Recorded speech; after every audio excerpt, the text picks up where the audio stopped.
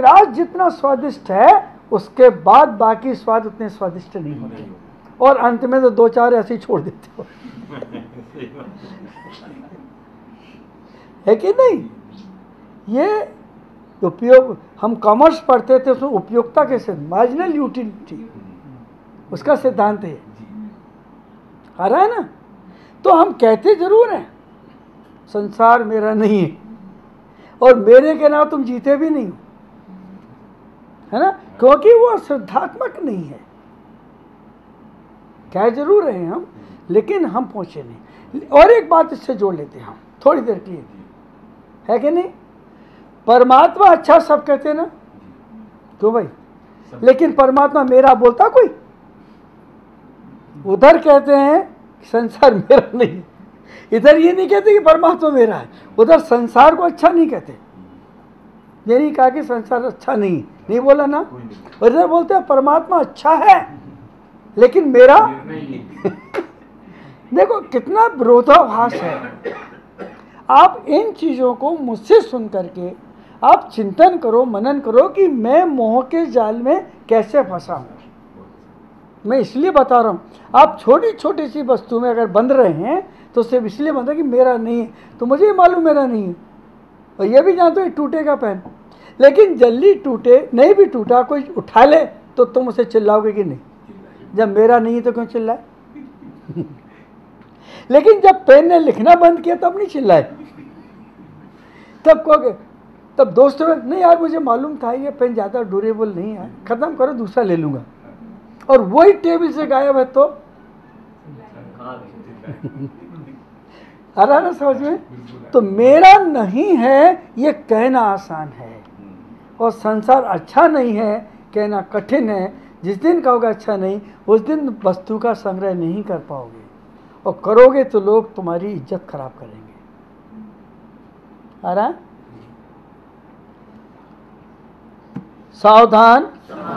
चलिए अंतिम प्रश्न है, लास्ट, फिर महाराज जी पूछेंगे सम्यक ज्ञान की पहचान क्या है।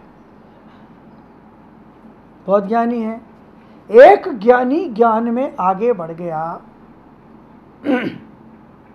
एक ज्ञानी ज्ञान में आगे बढ़ गया, आगे जाके देखा तो सड़ गया, मर गया, अस्पताल में जाके ऊपर चला गया। एक ज्ञानी ज्ञान में आगे बढ़ गया। तो ज्ञान की परिभाषा क्या? जिस ज्ञान ने तुम्हें जिंदगी भर नहीं जगाया, बड़ी बड़ी डिग्रियां लेके आए, बड़े बड़े शास्त्र पढ़े, उसके बाद भी तुमने अपने को आखिरी समय नहीं बचाया। हाँ, वही पूछ रहा हूं कि ज्ञान की परिभाषा क्या है। आपके दिल में किसी के प्रति द्वेष ना है, पहली परिभाषा। आपके मुख पर शब्दों में किसी के लिए अपशब्द ना आए, दूसरी परिभाषा। कितनी बात हो गई? और आचरण में दुराचार नहीं आए। ज्ञान की पहचान किससे होगी? आचरण से। इत्र की फूल की पहचान किससे होगी? गंध से। व्यक्ति की पहचान किससे होगी? उसके संस्कारों से। उसके भाषा की पहचान किससे होगी? उसके शब्दों की मिठास से। होगी कि नहीं? होगा ना? ये पक्का है ना? इसी प्रकार से ज्ञान की पहचान होगी तुम्हारी नम्रता से, तुम्हारी श्रद्धा से, तुम्हारे आचरण से, तुम्हारे सदाचरण से, और सबसे ज्यादा वस्तु के प्रति लगाव नहीं होने वाले आचरण से। और ज्ञान के साथ अगर तुम दुराचार भी कर रहे हो, वस्तु का संग्रह भी कर रहे हो, और आत्मा को त्रिकालिक शुद्ध भी कह रहे हो, और शुद्धता भी, नमक में अगर आत्मा को शुद्ध भी कह रहे हो और नमक नहीं आए तो क्रुद्ध भी हो रहे, ये कौन सा ज्ञान है? बोलते ना त्रिकालिक शुद्ध हूं, तो नमक नहीं आने पर क्रुद्ध कैसे हो जाते आप? होते कि नहीं?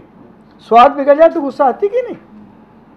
तो इसका मतलब कि ज्ञान तो है, लेकिन उस ज्ञान के साथ सम्यक शब्द नहीं है, उस ज्ञान के साथ विवेक भी नहीं है, और ज्ञान के साथ समझ भी नहीं है। देखो विवेक को इंग्लिश में कहते हैं अंडरस्टैंड।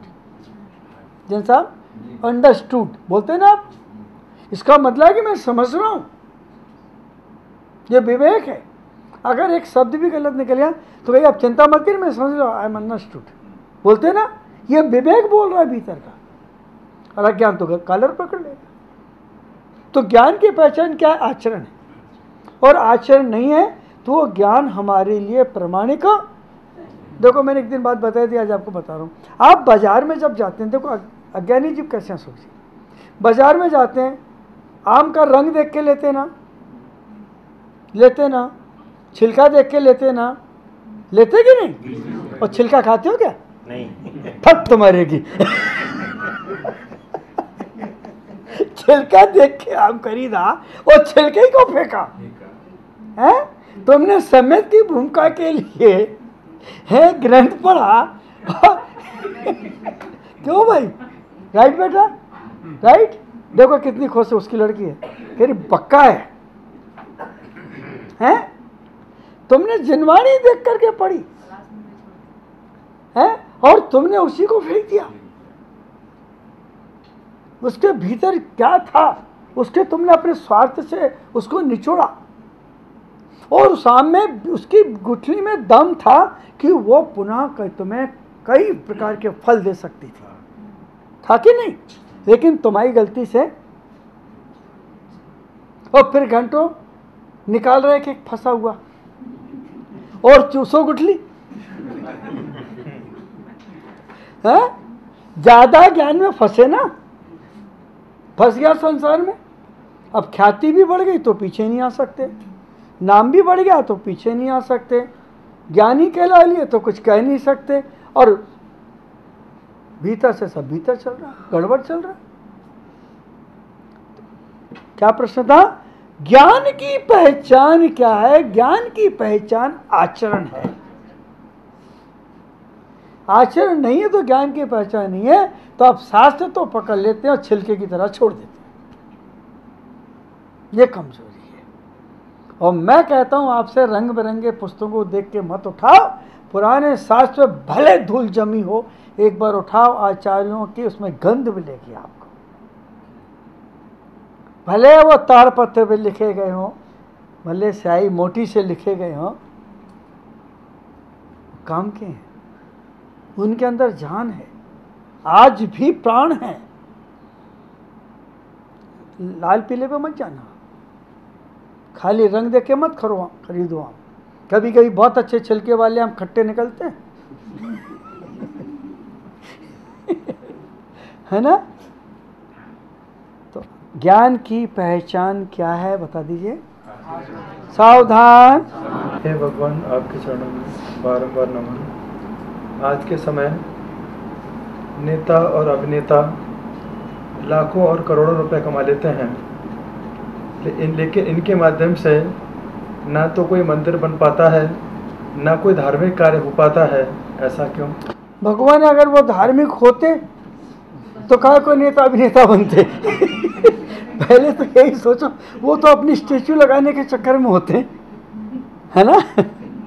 अगर वो धार्मिक होते तो फिर जरूरत ही नहीं थी उनको वहां तक हो जाने की, चारित्र्यहीनता करने की। पता नहीं कितने के चारित्र को बिगाड़ रहा है, वो धर्म की तो समझते नहीं है। नहीं नहीं नहीं नहीं नहीं, एक मिनट, आते नहीं हैं, उन्हें पैसे दे के गुप्त रूप से लाए जाते हैं। भूल जाइए आप, अगर यहाँ पे कहीं हेमा मालिनी आई तो उसने रुपए भी लिए हैं, ये मत कहना आप। पीछे बैकग्राउंड क्या है आप लोगों को नहीं मालूम है। क्यों भाई अशोक जी, ऐसे ही है ना? मालूम है, नेता भी आते हैं, सब पकड़ के लाए जाते हैं।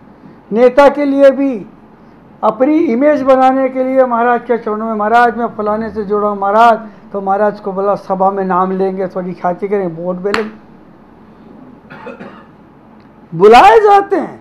इनके अंदर तब विवेक नहीं है कि मैं किसी संत के चरण छूं। हाँ, साईं बाबा के मंदिर जाएंगे क्योंकि वहां जाने से और इनकी ख्याति बढ़ेगी, और दान भी दिलाएंगे। अमिताभ बच्चन दे के आए थे कितने किलो सोना।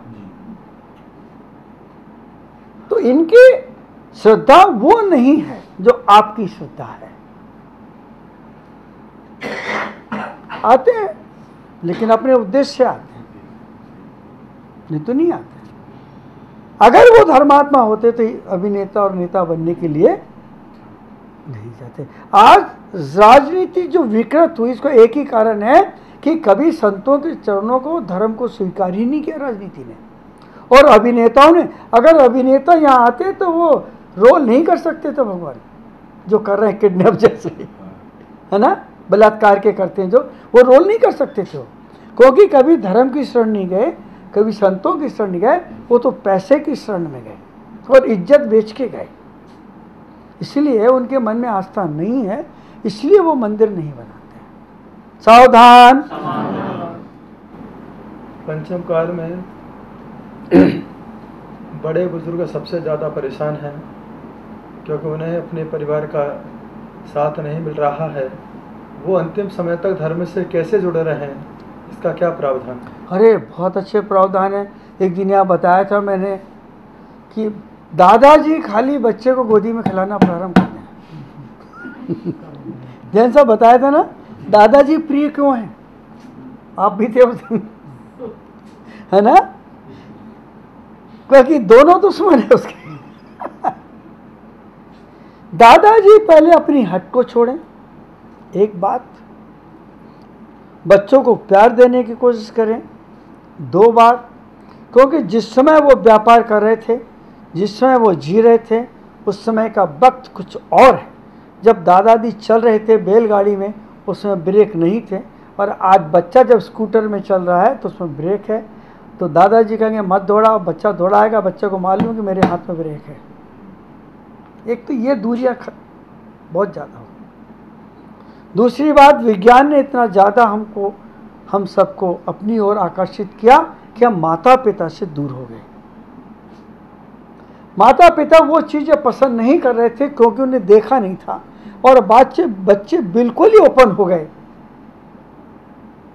तो मर्यादा जहाँ टूट गई, तो माता पिता को स्वीकार नहीं होता और बच्चा को वो स्वीकार नहीं होते। वो कहते हैं कि ये तो आदिवासी हैं, ये क्या समझेंगे। तो ज्ञान के अहंकार ने अपने माता पिता से बहुत दूर कर दिया। माता पिता सच भी कहें तो बालक को गलत लगता है, लेकिन एक उपाय है अभी भी।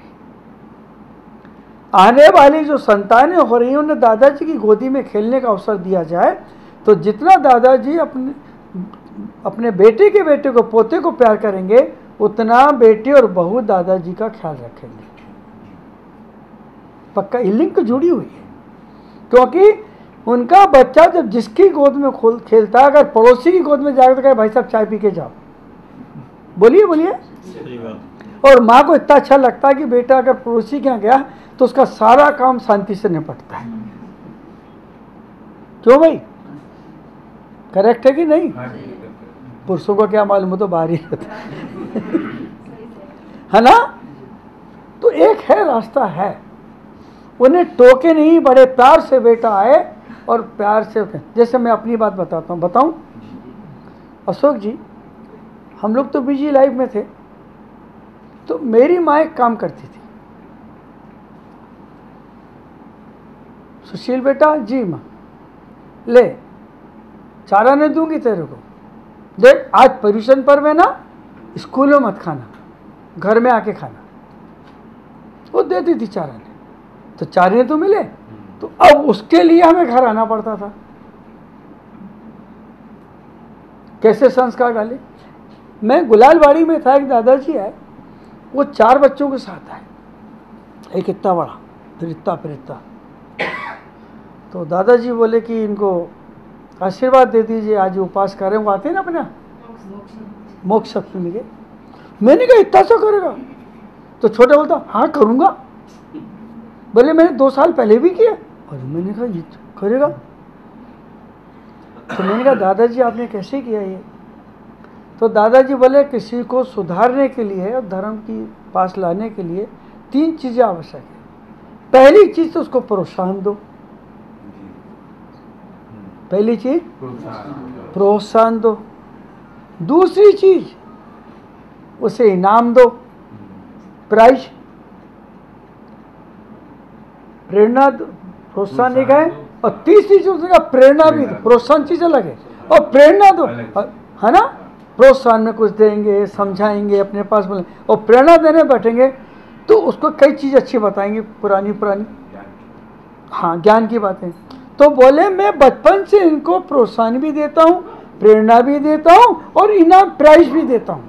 तो उसका ये परिणाम है कि मेरे घर के बच्चे बचपन से ही उपास कर रहे हैं। तो ये तो हमारे घरों में दिया नहीं जाता, है ना, समझ रहे हैं? तो हम अगर आदर करेंगे तो बेटा हमारा आदर करेगा, हमारा बेटा हमारा आदर करेगा।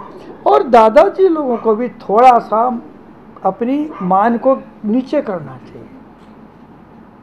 मंदिरों में बैठ करके जब ये लड़ते हैं तो बच्चों पर गलत प्रभाव जाता है, पंथों की बात करते हैं तो बच्चों पर गलत प्रभाव जाता है, और वही बातें घरों में वो आके करते हैं तो बच्चे कहते हैं जाते काहे को पिताजी आप मंदिर मत जाया करो मंदिर में, क्योंकि वहाँ झड़प होती है, कमेटी में अपमान होता है। तो वो बातें घर तक आती हैं, वो बातें घरों में नहीं आना चाहिए। और सज्जन पुरुष को मंदिर के पदों को नहीं समझ, सज्जन से मतलब कि जहाँ गलत लोग हों, अपने को बदनाम करने पे तुलो हों, वहाँ नहीं जाना चाहिए। बच्चे नाराज होते हैं और रोकते हैं, पिताजी मंदिर मत जाओ, वहाँ मत जाओ। आज यहाँ व्यवहार अच्छा है अशोक जी का हम लोगों का, तो बच्चे इनको प्रोत्साहन देते हैं, नहीं तो बच्चे नहीं जाने देंगे, यहाँ तक नहीं आने देंगे।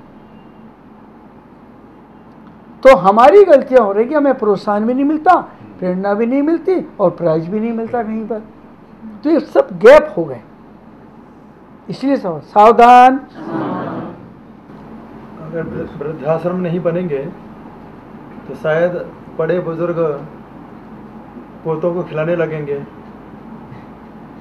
ये भी कारण हो सकता है, वृद्धाश्रम बढ़ रहे हैं इसलिए उनको लगता है कि चलो बच्चे नहीं संभालेंगे, वृद्धाश्रम में जाकर रह लेंगे। देखिए वृद्धाश्रम जो बन रहे हैं वो फैसिलिटी के साथ बन रहे हैं। एक वो वृद्धाश्रम बनते हैं कि जहाँ उन्हें संस्कार भी देते हैं, ज्ञान भी देते हैं, सम्मान भी देते हैं। और एक वृद्धाश्रम ऐसे बन रहे हैं जो बिल्कुल 5 स्टार होटल की तरह कि आप आइए, यहाँ रुकिए, पैसे दीजिए, तो वो लगता है कि हमें सारी व्यवस्था यहाँ मिल रही है। दोनों में अंतर हमारा है। एक वृद्धाश्रम वह है जब वह यहाँ आता है अपने घर को छोड़ के, और जब धर्म से जुड़ता है, वो वृद्धाश्रम चीज़ अलग है। और एक जगह जाके वहाँ काम करके कमा के उनको देता, वो वृद्धाश्रम चीज़ अलग है। और एक जगह जाके बोलता हमें कंपनी पढ़े लिखों की मिल गई, हमारी कंपनी बन गई, हम यही रह रहे हैं, घर नहीं छोड़ा लेकिन उसने। तो वो जब वहाँ से लौट के जाता है 2 महीने बाद, तो 4 दिन के लिए जाता है, 4 दिन कौन लड़ेगा उससे? इसीलिए पत्नी अगर पियर नहीं जाए तो समझे ना, ससुराल में रह ही नहीं सकती। मजाक नहीं, ये पियर जाने का मतलब है कि दोनों परिवारों में एडजस्टमेंट हो गया।